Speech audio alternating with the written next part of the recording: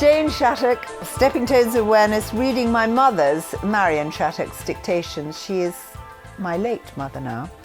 So I'm trying to put some sort of semblance of order in all this stuff because I've got a pile of really interesting stuff in the most amazing muddle. Anyway, so this is birds of the air, fish of the sea, and all creatures that live on the earth, the power that mankind has been given by God's ordination. I have to say that different people have come to my mother, and initially there was some plan to give it through the church, give this message through the church, which of course came to nothing. And then different people have come along and said, look, all this stuff is nonsense, and there isn't any God sitting there looking. There must be something, but our particular humanity, are run by a higher people than we are, and also our family groups, which is why your family clan is so very important. And people who love us from other families and love us from the families that we have now and that we live over and over again within these family groups.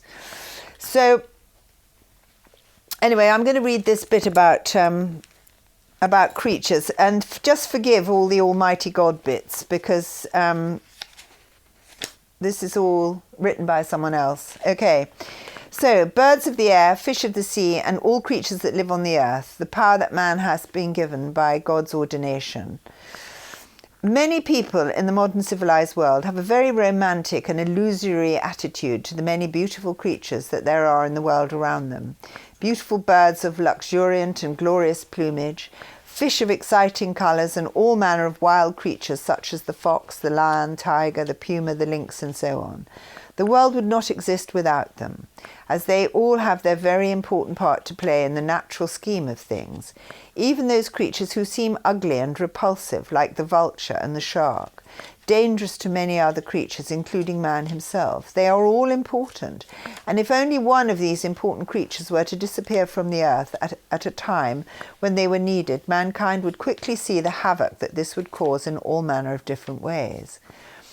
To the sentimental feeling members of humanity, and the laws of nature seem cruel, unjust, unfair, unfeeling, and what is more, terrible.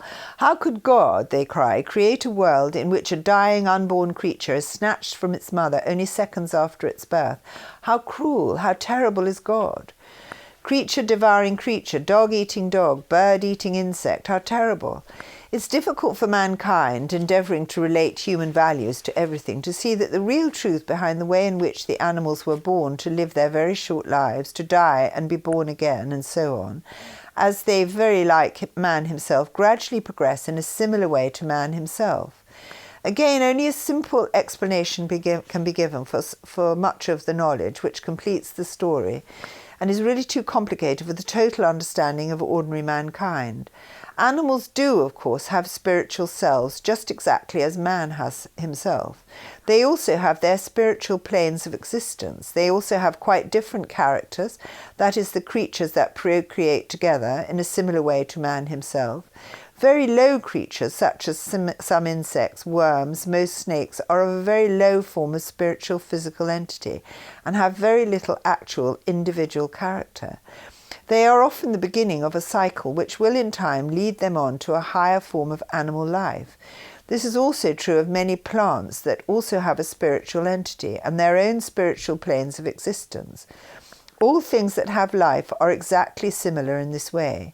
Let it be further understood that just as in this world there are these creatures, birds, fish, animals, flowers, so in the many different and varied spiritual planes, some of which have incredible beauty, will be found also birds, fish, beautiful plants, and all manner of lovely things, similar to those found in this physical life. But whereas in the physical life all things procreate, in the spiritual life they do not. When the time comes for them to resume a physical form, their spiritual entity simply disappears or fades away. This may be preceded by a change in colour, which, continue for a time, is a warning to those around it of its impending change. So it is with plants and many insects and the lower species of creature. Animals also revert with greater ease than does man, from the spiritual to the physical and back again. Only a few of the higher animals, dogs, some monkeys, and a few wild animals such as the lion, the tiger, and some of the cat family, both domestic and wild, have the ability to feel anything like a similar motion to a human being.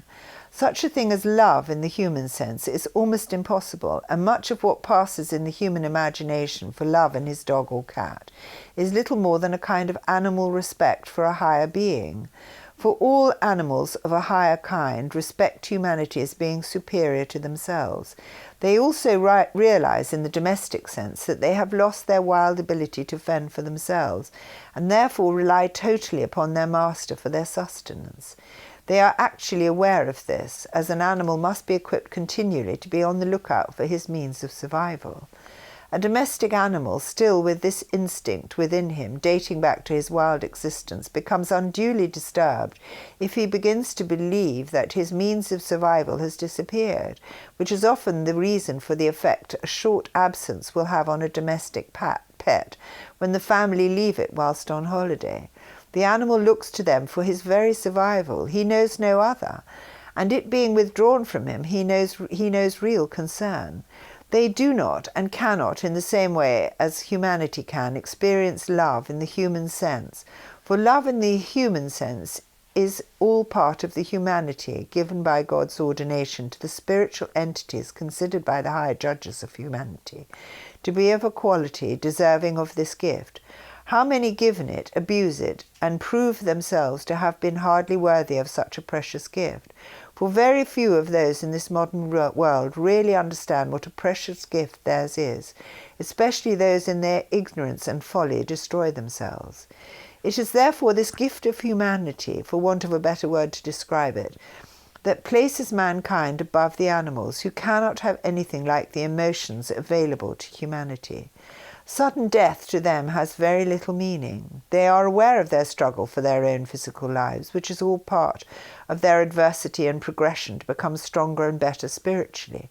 But in the way in which Almighty God has planned the whole of creation, wild creatures suffer really very little, as they have not the higher knowledge which could permit the suffering of mankind, which brings about the boredom, depression, and all those things which foolish humanity, given so much, ignores, and beset by the powers of darkness ever ranged against him, lowers and sometimes destroys the quality of his own spirit.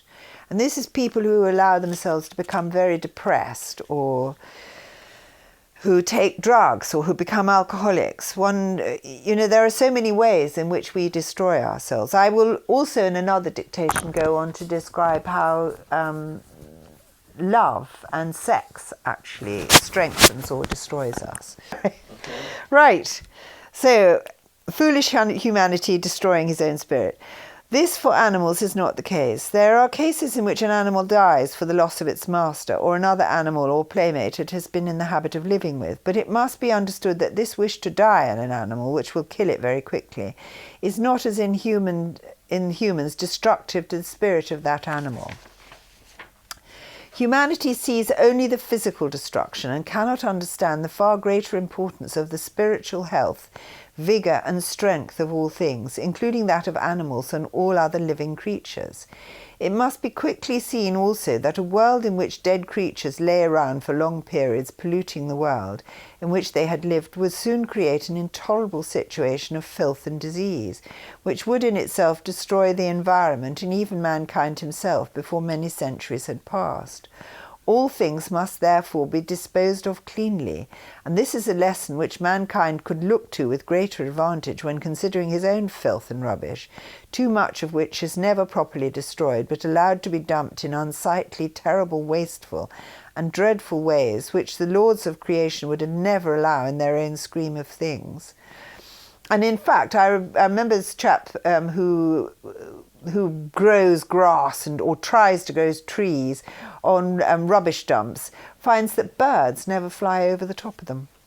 So it is that all things, plant, animal, that live quickly decay back to their own mineral elements, or are devoured by other creatures set upon the earth for that purpose.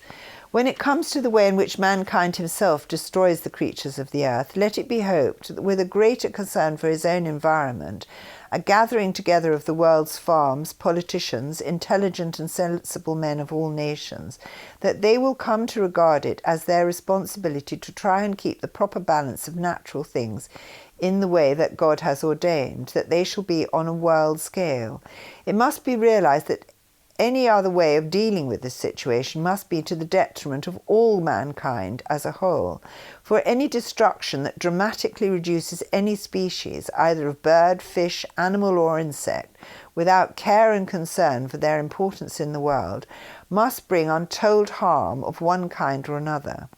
Let those who exclaim that because animals devour each other there can be no God come to a new and more intelligent understanding, and realize that Almighty God, who created all things, loves all things, and has planned this world with the greatest care for the benefit of all things, not least of all mankind himself. Let those who, in disgust at the thought of devouring flesh, the flesh of a beautiful animal, realize that the careful plan of the world placed some of these animals there simply for this very purpose. And although a much higher vegetarian diet would be good for many, a totally vegetarian diet could bring nothing but ill health to most and a lack of nutriment that could only be found in a diet not rich enough in the proteins that only meat can provide.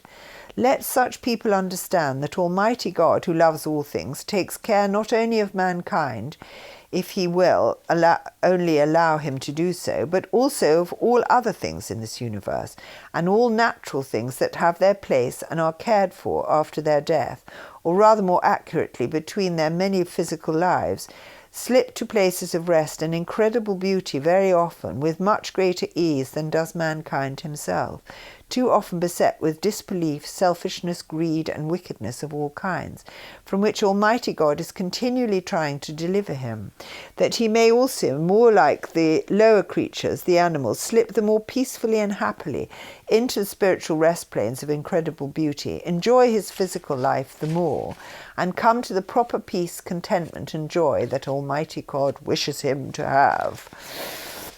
So that is... there's a lot, I've got a lot to say in the future about depression, and one of the things that we're losing now is insects, very, very much. And I have a small dictation which literally tells them how to fertilize and kill, apparently all the insects, the bad ones, that devour our crops, actually lay their eggs in the soil at the end of the growing season. And if we treated, say, 1 square yard per mile of farmland with potash, look at it under a microscope, and then treat it with potash of permanganate, it would not only kill off these tiny creatures, but would also fertilize the fields. And then we wouldn't have to spray them with all these poisons and kill off all the other the good creatures. However, I sent it all to Countryfile and they don't seem to be interested. So now, creation of mankind himself. How children ask, are we born? Where do we come from? Gooseberry bushes or other wild ideas told to fretful children should now all completely disappear, just like the promise of paradise after death, or gone to Jesus, which unfortunately bears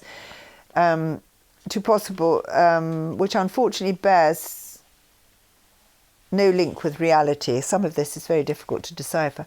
The Christian Bible is regarded as perhaps one of the most important messages ever given to the world, as is the Quran and other Hindu and Buddhist scriptures, which purport to speak of man rising up after death to marvellous places of pleasure and paradise, completely impossible in the physical life. In another chapter, we'll deal at length with the Christian religion and Jesus himself, well known to those of us who dictate this book. In the beginning, a man for a man he was, and is dressed in an elegant, seemingly blue 17th century costume, appeared to the writer, and this has a very important meaning. It means that this is not in any way a religious message, but simple knowledge a knowledge which must clear away forever the foolish superstitions of the 17th century. Everything which is now in the world is based upon knowledge and beliefs of the 17th century, surviving until the present day and completely illogical and false. In the beginning was God, it says in the Holy Bible, and to this day people have an impossible vision or idea of some impossibly large being clad in shining armour, to whom all prayers can be directed and hopefully answered. Comforting perhaps, but untrue and false. No one, absolutely no one, can possibly come to understand what or how this fantastic universe and the people in it were conceived of in the very first place, or whether there are other universes even more fantastic in size and concept, to which we shall all go. When we have reached the ultimate of our development, and this perhaps must be the nearest thing to ultimate paradise, if there is such a thing that can be possibly imagined, no one being could possibly run, rule, or create this vast universe, or even this one small planet. No one. In the beginning, then, what is there? A lonely God, busily churning out his little people because he was lonely and needed somebody to watch over. This is the basic idea of many people, and most religious people. In the beginning is a fantastic mass of fire, of power, which in the ultimate produces rocks and a whole revolving automated scheme of things, so marvellous and so complicated that it defies description. And everything, absolutely everything, works more or less in the same principle, even human beings themselves, who take many millions of years to create. Firstly, then, one has a planet ready for habitation. The fires and earthquakes have died down, the sun warms it, and gentle breezes blow over its waters, now ready and already beginning to teem with this mysterious thing, life. All life begins with water, and nothing is created on this structure without this precious fluid, which is made up of those other two basic parts of creation, oxygen and hydrogen. As all schoolboys know, H2O, oxygen in one part and hydrogen in two parts, the basis of creation.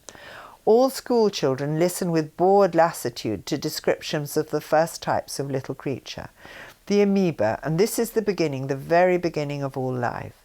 This little creature, which in itself is amazing, who can divide and subdivide and grow as it rolls around the fluids that surround it and gobbles up algae, which again is the beginning of plant life, green slime. Until water and green algae of all sorts and types can develop, then no life can survive on any planet. If nothing is done, it takes millions upon millions of years for a planet to slowly evolve. Simple fish types of creatures, which as time goes on become fish, slimy worms, eels and lizards, frogs.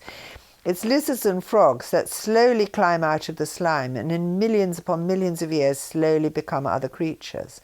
There are also various types of insect that develop in all manner of miraculous ways, but in every case they must begin with water, like the dragonfly that spends the first part of its life in water before climbing up on a plant stem and shedding its outer shell, becomes the beautiful creature with wings that flies about in the sunlight.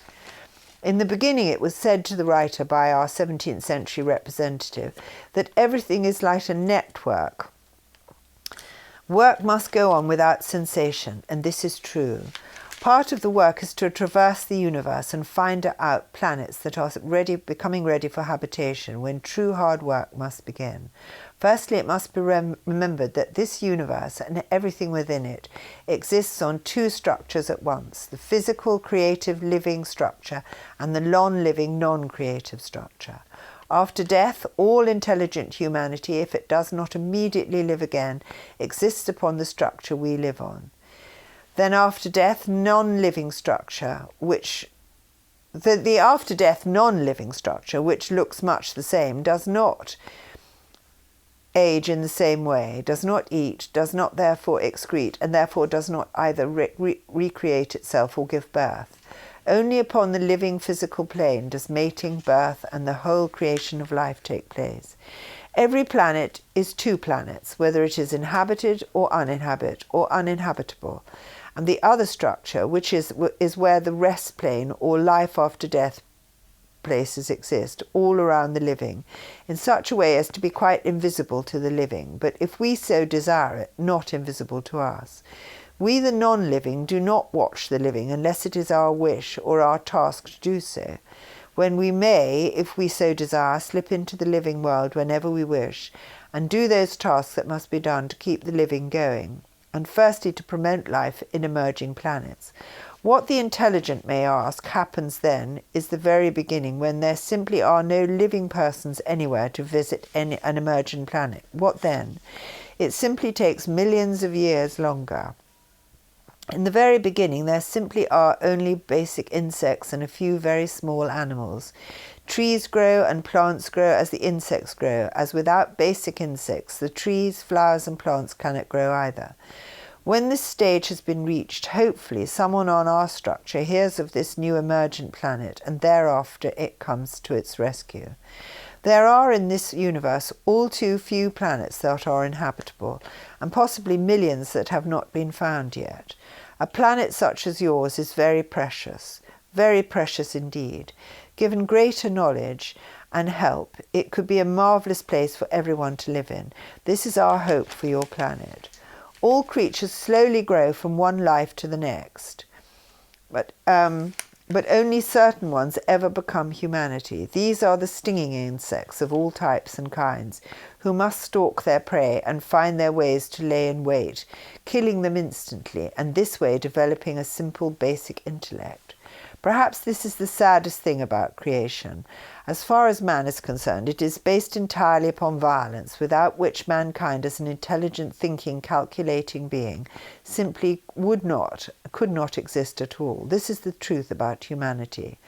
All little basic creatures, fish, insects, birds, exist like man upon two structures at once. That is to say, that in the creation of life, two bodies, one inside the other, are formed, which is not the entity or the soul. That is something indestructible, whereas the two bodies, based upon electricity like everything else that is living, are destructible. All simple creatures live, eat, and eat each other in such a way that the creature, when it dies, hardly knows what has happened to it, and is born again in yet another egg, cell, or some sort that takes its place in the scheme and order of things. All creatures must not only die when their span is over, but their bodies must be so created that they are disposed of cleanly and forever, leaving no waste and no mess. This is the only way that the physical world can remain as unpolluted as possible, at least in the very beginning, before mankind rises up to pollute it in all manners of different ways. Eventually you get to the small four-footed creature, which has in many millions of years mutated from some simple insect or frog. The frog is most often the beginning of a long chain of various types of humanity, having 4 legs and 2 eyes and a mouth, placed vaguely in the same sequence as humanity. Only the best survives to go forward for a better life. Only the most intelligent of millions ever becomes yet another slightly more intelligent creature, until you get to the ape or monkey in all its different forms, and it is the ape or monkey who is the very beginning of man himself. The knowledge we are given is simple and basic. There simply is no point in trying to explain to ordinary people the complicated mechanics of creation, some of which are so mysterious as to be unknown and unfathomable in any case. If a planet is not found, then it cannot mutate beyond a certain point. The most important and boring work that must be done is this searching for an emergent planet for future colonization. It can take several hundred years of travelling around the heavens by living people on our structure to find a living planet ready for the important work that must go on century after century to bring any planet to life. Everything works on a computerized basis, and all entities or souls must pass through an extremely complicated computer in such a way that their future life or lives are decided. Vast, complicated laboratories have to be set up, and someone with great knowledge has to run them. These people must be those on our structure who may live for any period up to 2,000 or 3,000 years, given help and continual life force, which is the same for both for physical living and those of us who live on the other structure or non-physical life. The whole basis of life is reincarnation. Without that, no life would be possible. The whole basis of life for humanity is constant change. Humanity and even animals quickly become bored if there's not constant stimulus, which makes the ancient concept of heaven absolutely absurd. No one could possibly sit around in ultimate light strumming some sort of musical instrument indefinitely and remain happy. It simply is not a feasible proposition at all. Intelligent humanity needs to work, and the more advanced he becomes, the more complicated the work that he is capable to perform. Tissue, which creates life, is now being frozen and implanted into host mothers with some success, and people take this fact for granted. This is the basic way that in the very beginning intelligent people must be brought to life to help to create a living planet. It's possible to take tissue from a living person, a sperm from a man, or very many, or several ovum from a woman, who will be required to live again, either in her home planet or transferred to another, possibly millions of miles away on the other side of the universe.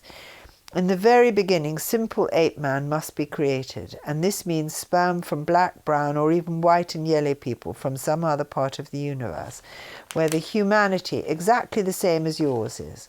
All people must begin in this one or other of the coloured races, races whose sole function in life is to tend their animals, roam over the wild plains of the earth. All mankind of whatever race exists in the clan system and becomes extremely unhappy left alone. Humanity belongs in families, and this is the most important piece of knowledge that human beings of all sorts must come to understand and remember. Once the family clan system breaks down, then humanity turns to all sorts of dreadful self-destructive pursuits and becomes dreadfully unhappy. Simple tribes of people are the very beginning for all humanity. All people pass through some sort of animal or many. There are the lynx types of people or the cat people. They are mainly to be found in those in the Chinese races or the Oriental races. How easy it is to see that their features do resemble a cat type of face. There are also monkeys of one sort or another who also have this slanted eye type of feature and very agile and belong in the feline group of creatures. There are those who have passed through the dog, the lion and the monkey, and that has the dog type of feature, the dog-monkey.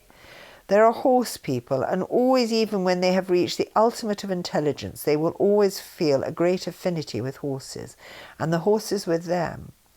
There are within the human race of this planet and all others all different types of people, and these relate to the animals from which they have sprung many millions of years before. In the very ultimate there must be the most intelligent of white man set to rule, and hopefully when complete development is reached, to keep the peace between all the nations, and try to create a beautiful world for all races. All too rarely, for a large variety of reasons, this is never ever achieved, and humanity destroys itself.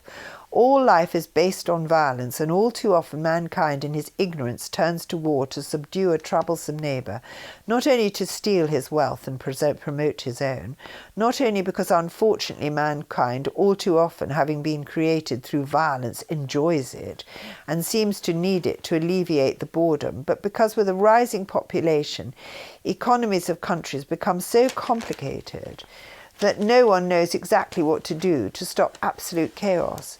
Only certain people of all races ever become intelligent enough to rule, and they are all too few and very precious. Much sought after throughout the universe. All people of all races must live many humble, simple lives, doing menial, simple tasks before they have acquired the basis for something better and more advanced. Not everyone can do that. Many never progress very far, and happiest tending their farm animals or growing simple crops within the bosom of their intimate families. This is the simple happiness for ordinary people who make up the basis of all races. Some sorts of races really should never be expected to work very much. Simple village life and all that they are suited to do is all they are suited to do. Fishing if they live near the sea. They live and die, bring up their children in a communal way, and are most often reincarnated back into their family clans where they can be happy for hundreds of years, unless they are chosen to move on, change colour and start on an entirely new slow climb of growth and intellect. The tragedy of mankind in this planet is that no message of any importance whatsoever has ever been given to it. The taking of slaves, which is brought about by man's wickedness and greed, has gone on for thousands of years, long before Christ came and gave his message, or any of the major prophets for this world. Simple people who ought to have been left alone were too ignorant and unwary to realize that without some sort of protection, they were simply terribly vulnerable and would be seized. Whole families, wives, husbands, children, everyone, throughout the Mediterranean areas of this world, the black men in the coastal regions of Africa, beaten unmercifully and taken away to a strange land to work until they dropped for a cruel master who did not care that they had lost the only thing that humanity exists for, his family. This has meant one of the many ways that races have become mixed up in some places so hopelessly that the original people, who must have lived there long ago, have disappeared altogether. Race in all its various types and colours does not exist simply as some haphazard scheme of nature. It is all part of the basic plan of humanity. Everyone must pass through some sort of coloured race before he becomes, in the end, a white man. If in ignorances all the races become hopelessly mixed, then you get a terrible mess. And I've lost the page of that, I think. There's another one for that. I think that's, I'm gonna have to stop there. The only thing I will say is that I also have been given information since my mother died. And the way they describe it, we did some experiments when Mummy was alive. So, for instance, if you put a jar of water by the side, so there's a lot of creation is automatic. If you left that glass on the side there with water in it, you left it indefinitely, maybe 6 weeks, it would start to discolour, it would start to go green. And you would get probably the beginnings of life, which would be this algae like Spironjara, you know, that hair-like weed. And then if you put it in the sunlight, you see it's producing oxygen, or it's producing gas into the water. So it's doing two things. It's cleaning the water, but it's also becoming this complicated creature. And it has little microbes, little bacteria that help with its formation. And this is the same with us. So in that you'll get these little amoeba forming from these bacteria, and they are very similar to our white blood corpuscles, which clean our blood and divide and eat dirty things in our system and are part of our immune system. And then gradually the entities of these amoeba are gradually sort of fused together to be other little creatures that live in the water. And then at the end of a cycle, nobody knows how long a cycle of amoeba would be, that amoeba's cycle, the entity, would be fused with another. And that goes on until you get a creature that actually is intelligent enough to be male and female. And then they mate together, and the progeny have a layer of brain cells from each one of the male and female parents. And that they'll either be decided to be male or female. They will go on, and each time you'll get another layer. So you can see the brain and the eyes and everything changing as the creature goes on. They go on to be different creatures. Gradually they come out of the water, or like the dragonfly, they're a sort of some kind of nasty insect in the water and then come out and become this beautiful dragonfly and then die after about 24 hours.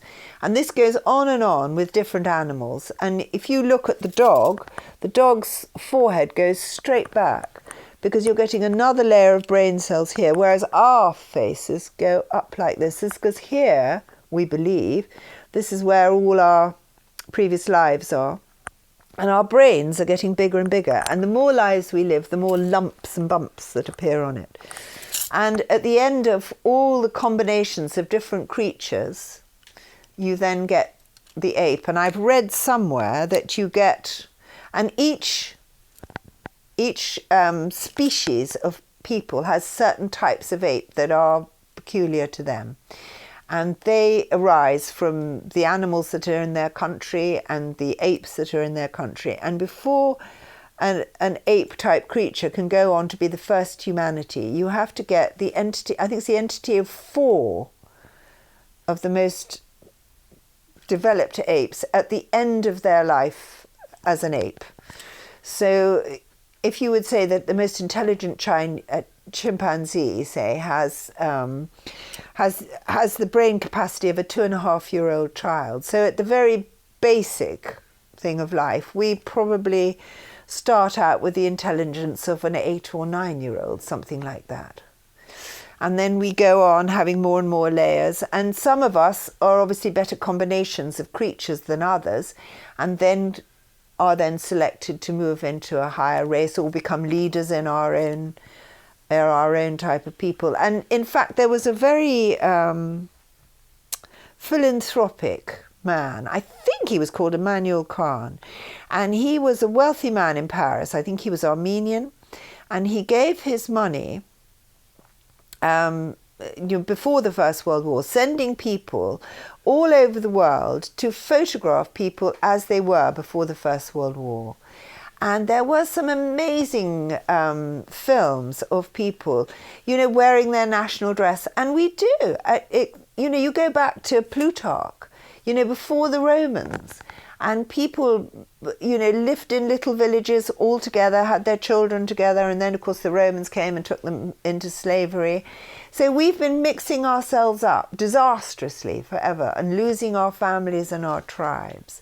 And the First and Second World War did more to do with that. But now there's another dictation I've got here, but I'm tired now. I've finished for today, about how we should be looking for our families and for people who are our families in this lifetime.